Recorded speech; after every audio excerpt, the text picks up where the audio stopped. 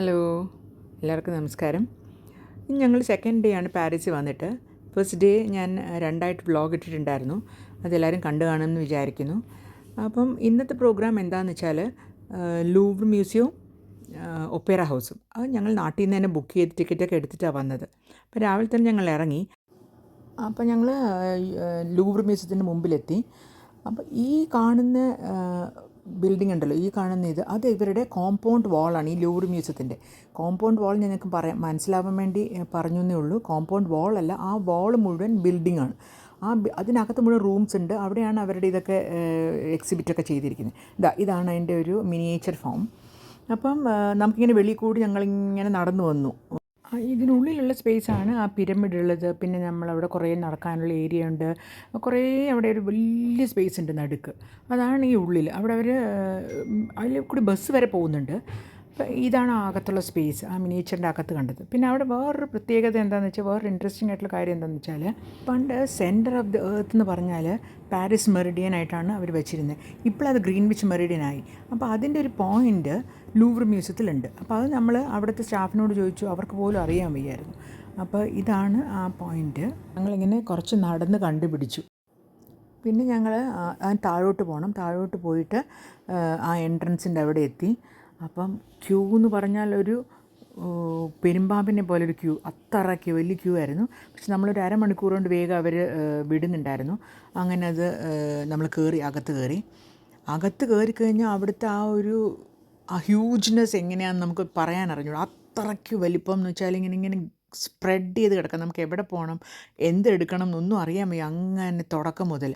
അപ്പം ഞങ്ങൾക്ക് ഫസ്റ്റ് കണ്ടത് മോണോലിസയുടെ ഇതായിരുന്നു. അപ്പം ഞങ്ങളാദ്യം സ്കൾപ്ചറും, ഞങ്ങൾക്ക് ഒന്നും കാണാൻ പറ്റിയില്ല. ഞങ്ങൾ കണ്ടത് പെയിൻറ്റിങ് സ്കൾപ്ചേഴ്സ് മാത്രമേ കണ്ടുള്ളൂ. വേറെ ഒന്നിലും പോകാൻ പറ്റിയില്ല. കാര്യം നല്ല തിരക്കായിരുന്നു. ഇതാണ് പെയിൻറ്റിങ്ങിൻ്റെ ഏരിയ ആണ്. പെയിൻറ്റിങ് മുകളിലും താഴെയും സൈഡിലും എവിടെ നോക്കിയാലും പെയിൻറ്റിങ്സാണ്. വളരെ വളരെ എത്രയോ കാലം പഴക്കമുള്ളത് നീറ്റായിട്ട് പ്രിസർവ് ചെയ്തതെന്ന് വെച്ചാൽ, അത് ഇന്ന് പെയിൻറ്റ് ചെയ്ത പോലെ ഇരിക്കുന്ന പോലെയാണ് അത് അവർ പ്രിസർവ് ചെയ്ത് വെച്ചിരിക്കുന്നത്.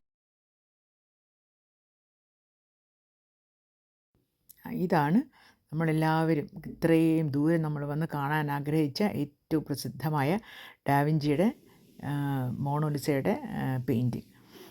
അവിടുത്തെ തിരക്കും അതിഭയങ്കര തിരക്കായിരുന്നു. ഇതും അതുപോലെ ഒരു വളരെ ഇമ്പോർട്ടൻ്റ് ആയിട്ട് ഉള്ളൊരു പെയിൻറ്റിംഗ് ആണ്. ഇതിൻ്റെ പേര് ലിബർട്ടി ലീഡിങ് ദി പീപ്പിൾ. അപ്പോൾ ലിബർട്ടി എന്ന് പറഞ്ഞാൽ അവർ ഉദ്ദേശിക്കുന്നത് ഈ ലേഡിയാണ്.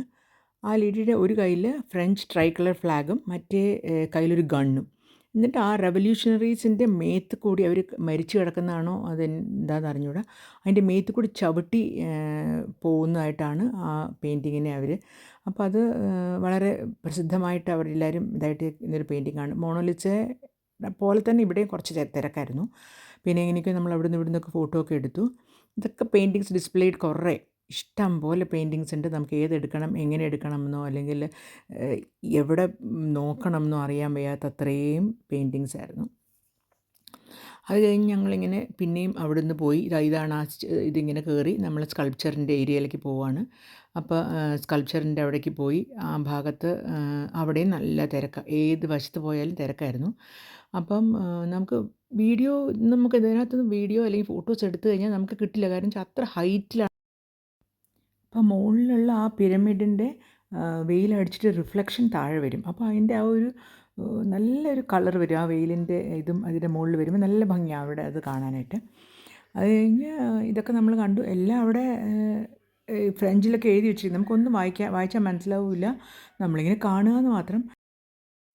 പിന്നെ കുറച്ച് അവിടെയൊക്കെ കറങ്ങിയിട്ട് ഞങ്ങൾ ഇറങ്ങി. പിന്നെ വൈകുന്നേരം ഇനിയിപ്പം ഒപ്പേറ ഹൗസിലേക്ക് പോകണം.